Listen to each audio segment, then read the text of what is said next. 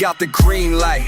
Cincinnati, let's ignite. It was, tell us about one of your experiences that you had with this supernatural phenomenon. Well, mine all the time, from shoot as early as I can remember as a kid, it would be the basement. Like it was an old door, it would have a latch that you had to undo and go over to the other hook and latch it down for it to lock. And all through the night, these was old country people. They went to bed at 7 o'clock and would get up at 4 in the morning. So they didn't get up through the night. And it was only my grandma and my grandfather that lived there.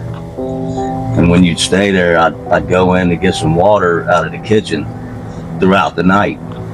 And when I'd go in, the basement door, sometimes it'd be just open, no light on. And then the other time it'd be closed when you go back through. And then it'd be open with the light on, and you'd like hear somebody down there doing something. But I'd never go check and go back and run to like grandma's room, and she'd be out cold, sleeping, not even moving. Like, so I wouldn't even try to wake her up. So nobody was up for sure.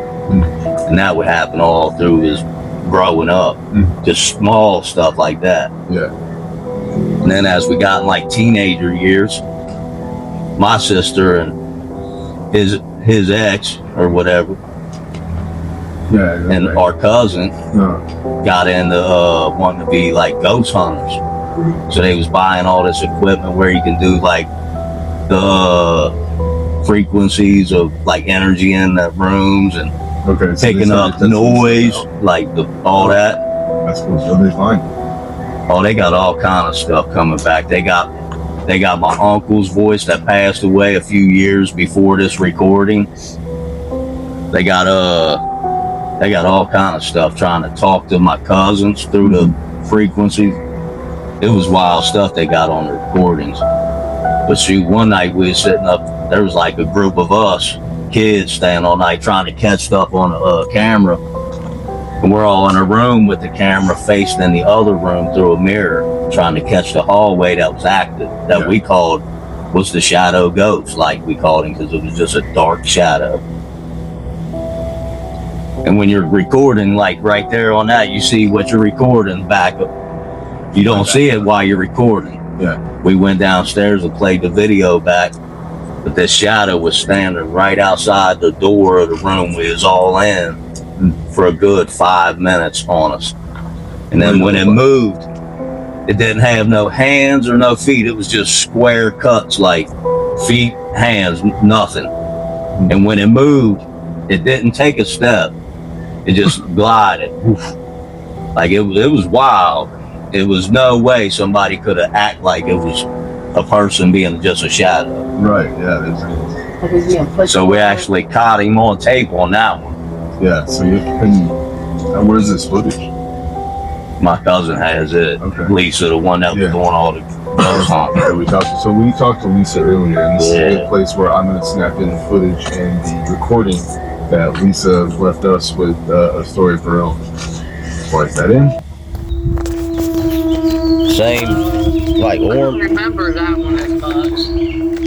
I know Early walked into the kitchen and she saw something looking in the fridge and she thought it was Junior, but it wasn't. Man, Arlene, huh? Yeah, that one's probably the creepiest one. Oh yeah, that. She said it looked like Junior bent over looking in a refrigerator. But when she said, "What are you looking for, Junior?" She said it turned, looked back at her, stayed crouched, and walked into the pantry and disappeared. Wow. Yeah, that's the creepiest one. Now I don't know what I would have done if I actually seen like that. That's wild. Yeah, man. That's why, like that time I heard Norm coming through the little dining room stirring his coffee in his boots. And then he stopped at that door on me. I couldn't even look. So I couldn't imagine if it was just blam right in your face at the time. Oh man, it was everything I was trying to even look and couldn't, was froze. Yeah, there's a lot of different stories that happened over there. I mean, up and down, whatever. Yeah, that was a hot spot. Yeah, so we laid there so we can make sure we get everything because, well, it's scary enough, right? Yeah. So we hear footsteps coming up the stairs. And Where we the both shadow. thought, what it was is we thought, because Grandpa knew that we were spending the night, we were upstairs to catch ghosts Yeah. or whatever. So we thought Grandpa was coming up the stairs to scare us. So we were like, okay, we stood next to the steps, and as we heard somebody coming up, and he got close to the top, we jumped around to scare him, like, rah. So we jumped around to scare him, but there was nobody there on that, because she just ran through a ghost. So I put myself up against the wall. Wow. Man. Oh, that feeling something too, ain't it? Like you feel it there, like you know it's around, like wow. Oh, it was there. Yeah, it was. I mean, can you imagine though the ghosts thinking, here they are jumping out to scare me? That feeling's like, whoa. That's where the shadow ghost normally was on that, wasn't it? Mostly. Oh, yeah. In that stairwell. Most people had the misconception that the basement was the most active. Actually, it wasn't. Because after Grandma passed and me and Billy had time to investigate it, the hottest spot in that house was that damn entry. An entry room there in Grandpa's room was the hottest spot in that house. Because we felt it manifesting itself that night. We were standing back there in the dark. It wasn't too dark to where we couldn't see, but dark. In that hallway. And I had the ghost box plugged in. Sifting through frequencies. Well, and then the room got really cold. And I was asking if somebody's here, let us know. Well, the ghost box started cutting out. I mean, cutting out. And I'm sitting there like, damn, that should not happen. Wow. It's plugged into the wall. It's got full power. And then next thing I know, we feel a little bit of a breeze. Billy's looking at me, his eyes get bigger. And then I feel something go around the bottom of my legs. I said, okay, we're done. Wow. And then Billy takes off. Well, as soon as I said we're done, he takes off out of the room toward the kitchen. So I go in the kitchen and we're looking back there and it looks so dark. Wow. Like the room had even gotten darker after we walked out of it. That's something. He's like, I felt it grab the back of my shirt. And then I felt it go around. It was manifesting and using that electricity to do it. That was the one. That was one of the ghosts. Like, there was probably a few in this house. It seemed like, because that one was like a ghost that stayed up in the back stair hole all the time, pretty much in that same stair hole. See, Then we had an old lady that was like an old Indian that a few people in the family seen. She'd pop, like you'd wake up out of a dead sleep and this lady would be right beside you, old Indian lady. See, and that's crazy that you say that you guys saw A few that. people seen her. Then we had this one, it was, I don't know, man, it was in the basement. It was crazy. On the day we finally cleaned it out when the family sold the farm off. The basement, I never wanted to go in, but ever since the whole family was basically down in there messing around, I'm like, yeah, I'll go down in there. Then I just got that feeling, and I'm like, man, I got to get out of here, guys. And they're all down there snapping their pictures and stuff. And when she got her pictures developed and got them back, she was like, man, you got to see these pictures. And when I looked at it, it was almost like a Medusa type head with all the like weird stuff coming, almost like flames type. To me, is what I thought. It looked like flames, but they said it looked like a witch's like just fried hairdo. Yeah. But it was a dark shadow again. But like it was wild, one that feeling. It was just letting you know, like you had to get away from that downstairs. So that's a good place where I'm going to stop you real quick, and I'm going to let you guys know on a little secret. So I've been doing some research on this, and there's validity to some of the stories that are going on. I'd like you guys to take a look at this house right here. This is the house in question or the house that he was at. And this is where all the activity was experienced. Where's that at? That's the Right across the river. This is about a mile away from here. We're on all this land. That's 2 miles away. yeah. Yeah, so that's The land was ran by the Shawnee Native Americans. It started from the Franklin County, Pickaway County line, all the way to the Ohio River by Cincinnati and Kentucky area. Roofless Native American tribe, Yeah. scalped you. Yeah, so that's a location where Hills Have Eyes will be taking a little bit of a road trip. And we're going to go check out this property and see what we find out while we're on copious amounts of edibles. Now, the funny thing about this story is it's not over. In fact, I'd like Sorry. I'm just picturing people running around and running into shit. He's like, I think it's hear the wind. Mark's crazy. Noah's everybody's fucking. I can't wait. Oh, this is crazy. I mean, like it's I like always what you said, want to find out. You know what I mean? Once you know what you're hearing is true, like what's it gonna do? you always want to see something. shit out of till you. see something. When you see it, it's like, whoa. the Miami River. So once you go to Miami River right here has a steep history of dark and chaotic bloodbaths, bloody history of battles between tribes, Native American tribes that existed here for maybe 100 years before American colonialists came over and settled the area. So that's where it's kind of rich in history. Where we're sitting right now, where we happen to be filming, is within a mile of where, 2 miles maybe, of where this haunting took place, and where a lot of different history occurred in this area. Starting with some of the tribes that warred, and then going on to the American Indian War, where the American soldiers came over, and right here where we're standing, and going up this river, there was a bloodbath. So I'd like you guys to see this picture of The bloodbath? have the There's American It colonial was in- settlers that were trying to settle the area and build colonies and stuff, right? And through this, they ended up fighting with Native American tribes who had already settled the area. So we've got Chief Little Turtle. That's the actual photo of him that we have that's existed. This is the actual People Chief. followed him? People followed him. They listened to what he said. Yeah, absolutely they did.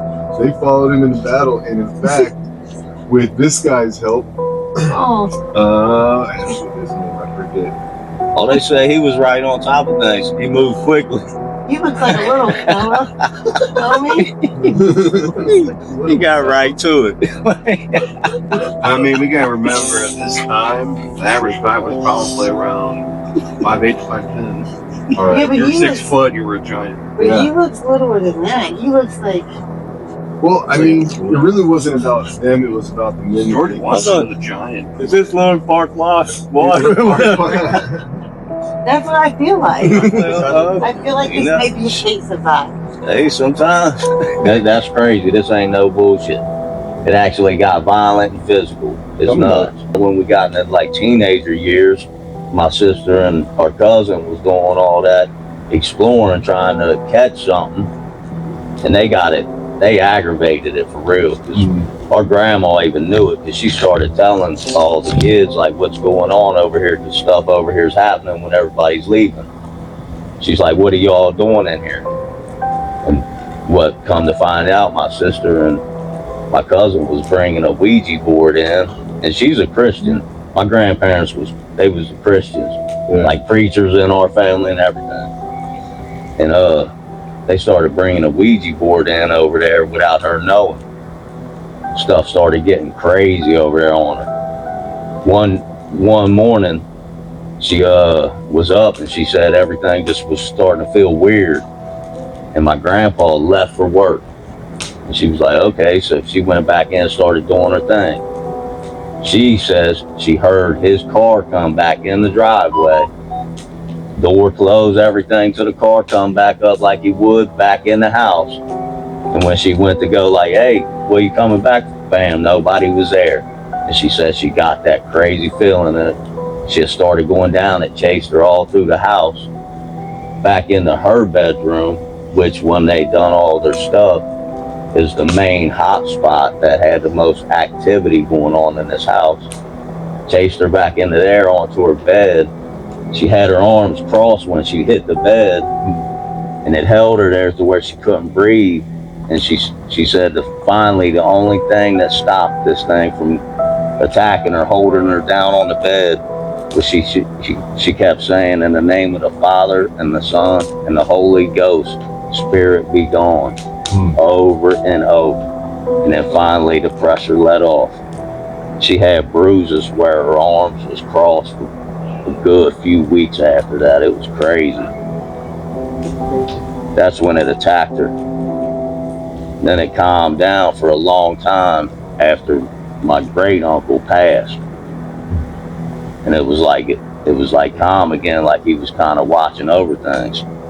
So and then one night I was staying all night. I was probably 16, 17 or something at the time. And I'm up laying there on the couch watching TV. And my uncle always wore some like dress boots and always drank coffee. And he'd be in the kitchen all night. He never slept when he stayed there. He lived there with him because grandma was going through all this crazy stuff. He'd stay there. He never slept at night. He'd stay up all night and sleep all day. And this was a like 60-something-year-old man. And so when he passed, and I'm over there just watching a little TV, all of a sudden I hear like my uncle that passed coming from the kitchen, stirring his coffee and his boots hitting off the hardwood floor coming towards me. But at the threshold, I call it, it was the part where the old house and the new house met. It was at the dining room and the living room door. And every time I'd run back from it at night when this basement would be messing with me and I'd had that feeling, as soon as I get through that door, it would be gone. Like that feeling would be totally gone, like it couldn't give me no more.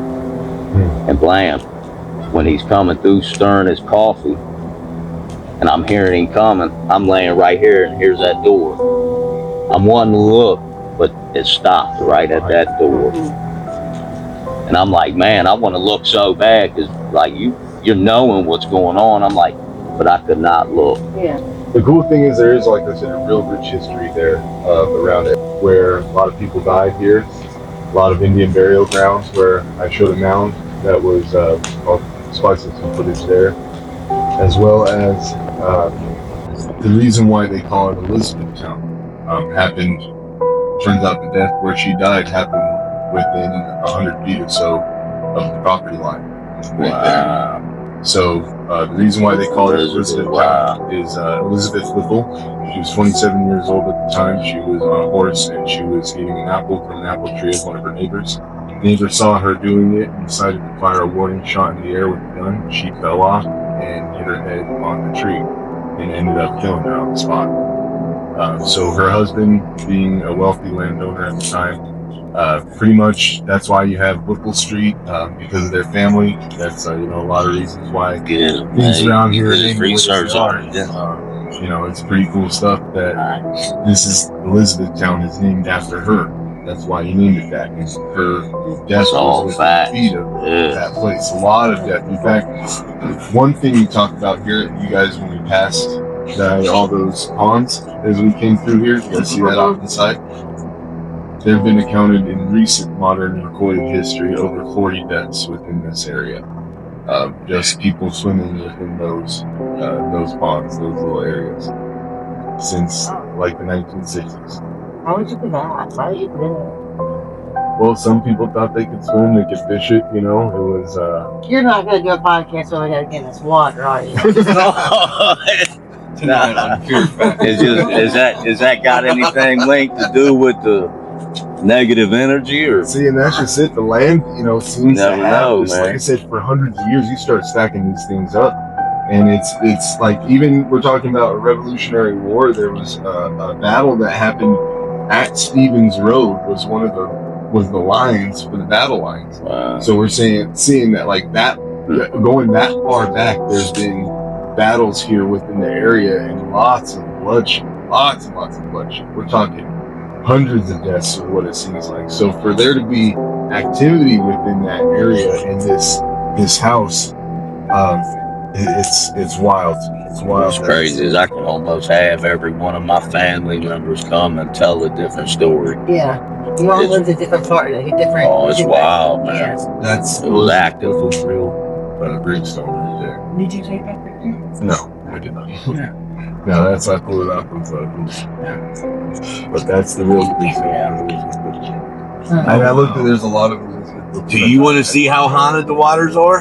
No. No. I mean, am I supposed to? No, we're like, hold on. But it would be cool to try to get back with the owner of it now and see if that headstone's still what it's doing. Part 2, Those Have Eyes. We go to Stephen Road. You're gonna knock on the front door. Hey, coming to you. Coming to you very quick. Be ready. All right, guys. Well, that's all the time we have. I do want to give you a special thanks. Thank you, Alex. Thank you, Ashton. Thank you, Brady, and thank you, Sarah. You guys are amazing. And thank your special guests here, Mr. Shadow and John. Thank you guys for joining us. Thank y'all for having me. This was an incredible time. It was a lot of fun. I hope you guys learned something too about cannabis. And remember the name, so roll with us. Bring your vibe, stay tuned. Cincinnati's fine to see you soon.